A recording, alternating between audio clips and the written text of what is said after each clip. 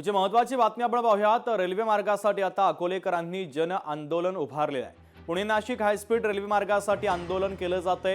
Railway मूळ निश्चित मार्गाने जावी अशी मागणी देखील आता अकोलेकरांनी केलेली आहे आणि या संदर्भात भव्य मोर्चा देखील काढण्यात आलाय। रेल्वे मार्गासाठी आता अकोलेकर आक्रमक झाल्याचं देखील आज पाहायला मिळालं।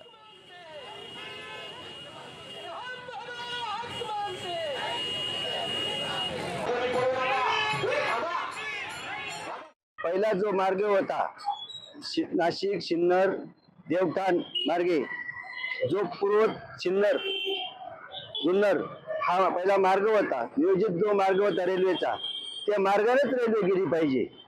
अकोला तालुका दुर्गम असल्यामुळे अकोला तालुक्याला इतर सुविधा नाही। त्या महाराष्ट्र राज्याच्या नकाशावर हे अकोला तालुका आलं पाहिजे आणि अकोला तालुक्यातूनच ही रेल्वे गेली पाहिजे, हे आमच्या तमाम अकोले तालुक्याच्या जनतेच्या इच्छा आहे। आणि एका धक्कादायक प्रकाराच्या संदर्भातली बातमी पाहूयात। इन्शुरन्सच्या क्लेमसाठी स्वतःच्या मृत्यूचा बनाव करण्यात आला।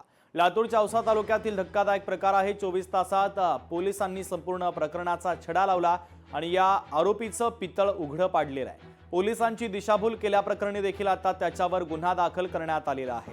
औसा तालुक्यात खळबळ उडवणारी ही घटना घडली। या घटनेत औसा तालुक्यातील वानवाडा शिवारात एक स्कोडा कंपनीच्या गाडीमध्ये एकाला पोत्यात बांधून गाडीसह जाळल्याची धक्कादायक घटना घडली होती। दरम्यान अनुषंगाने स्थानिक गुन्हे शाखेने तपास केला असता अपघातामध्ये स्वतःचा मृत्यू झाल्याचा बनाव करणाऱ्या गणेश चव्हाण हा जिवंत असल्याचा धक्कादायक प्रकार समोर आला आणि त्या अनुषंगाने पोलिसांनी तपास सुरू केला। अखेर पोलिसांनी या प्रकरणामध्ये आता उलगडा करत गुन्हा दाखल केलेला आहे।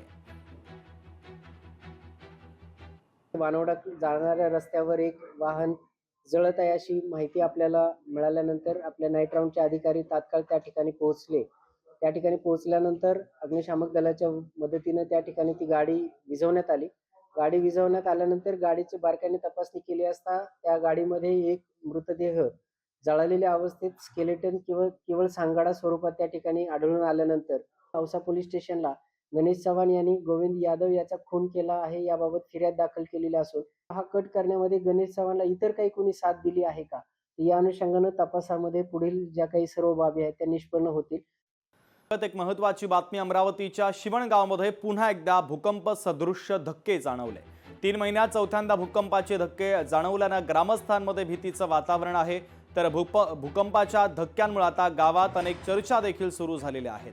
तर शिवणगावमध्ये पुन्हा एकदा भूकंपाचे धक्के जाणवल्याने येथील ग्रामस्थांमध्ये भीतीचं वातावरण पसरलेलं आहे। आज 12:07 पुन्हा सौम्य धक्का जाणवलेला आहे। याच्या आधी पण मागल्या महिन्यात 24 तारखेला 23-24 तारखेला लगातार 2-3 झटके जाणवले होते। शासनाला हेच विनंती आहे की लवकरात लवकर जे काही उपाययोजना करता येईल ते करावी, म्हणजे जेणेकरून भूकंपात काहीतरी आम्हाला आधार होईल, कारण की लोक इतके भीतीचे निर्माण झालेले आहे। म्हणून एवढंच सांगेल शासनानं जे काही करायचं आहे ते लवकरात लवकर करण्याचे करावे।